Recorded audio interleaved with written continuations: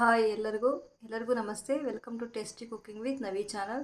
ಇವತ್ತು ಕರಿಮೀನು ಸಾಂಬಾರು ಹೆಂಗೆ ಮಾಡೋದು ಅಂತ ನೋಡೋಣ. ಮೊದಲಿಗೆ ಅವರೆಕಾಳನ್ನು ಹುರ್ಕೊಳ್ಳೋಣ. ಈಗ ಕರಿಮೀನು ಸಹ ಹುರ್ಕೊಳ್ಳೋಣ. ಈಗ ಕುಕ್ಕರ್ಗೆ ಮೊದಲೇ ಹುರಿದಿಟ್ಕೊಂಡಿರೋಂಥ ಅವರೆಕಾಳನ್ನು ಹಾಕೋಣ. 2 ಆಲೂಗಡ್ಡೆ ಕ್ಲೀನಾಗಿ ತೊಳೆದು ಕಟ್ ಮಾಡಿ ಕುಕ್ಕರ್ಗೆ ಹಾಕೋಣ.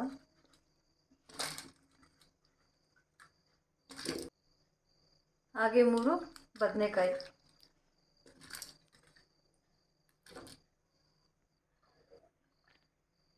ಇದಕ್ಕೆ ಸ್ವಲ್ಪ ನೀರನ್ನು ಸೇರಿಸೋಣ. 1 ಲೋಟ ನೀರು, ಸ್ವಲ್ಪ ಉಪ್ಪನ್ನು ಸೇರಿಸೋಣ. ಈಗ ಮುಚ್ಚಳ ಹಾಕಿ 1-2 ಬಿಸಿಲು ಬರೋವರೆಗೂ ಅದನ್ನು ಬೇಯಿಸ್ಕೊಳ್ಳೋಣ. ನೆನೆಸಿಕೊಳ್ಳೋಣ. ಸ್ವಲ್ಪ ಹೊತ್ತು ನೀರು ಹಾಕಿ ಸ್ವಲ್ಪ ಹೊತ್ತು ನೆನೆಸಿಡಬೇಕು. ಈರುಳ್ಳಿನ ಸುಟ್ಕೊಳ್ಳೋಣ.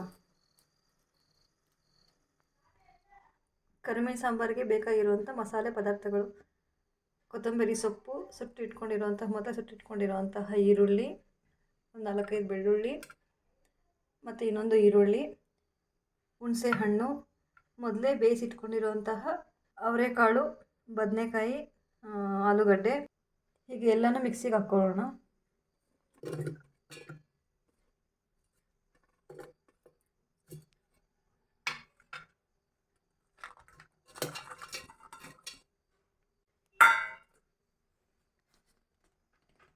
ಈಗ 4 ಸ್ಪೂನ್ ಧನಿಯಾ ಪೌಡರ್,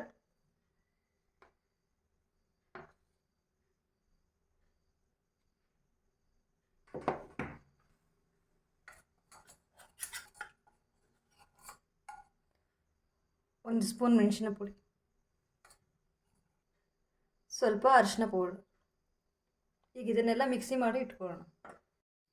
ರೆಡಿ ಮಾಡಿ ಇಟ್ಕೊಂಡಿರೋಂಥ ಮಸಾಲೆನ ಇವಾಗ ಇದು ಕುಕ್ಕರ್ಗೆ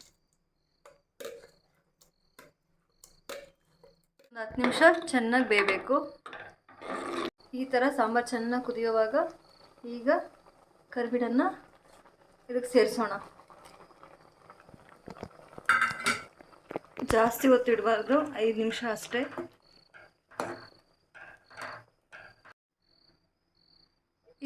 ಈ ಸಾಂಬಾರು ಶೀತಕ್ಕೆ ತುಂಬ ಒಳ್ಳೆಯದು. ಒಂದ್ಸತಿ ನೀವು ಟ್ರೈ ಮಾಡಿ ನೋಡಿ ಮನೆಯಲ್ಲಿ.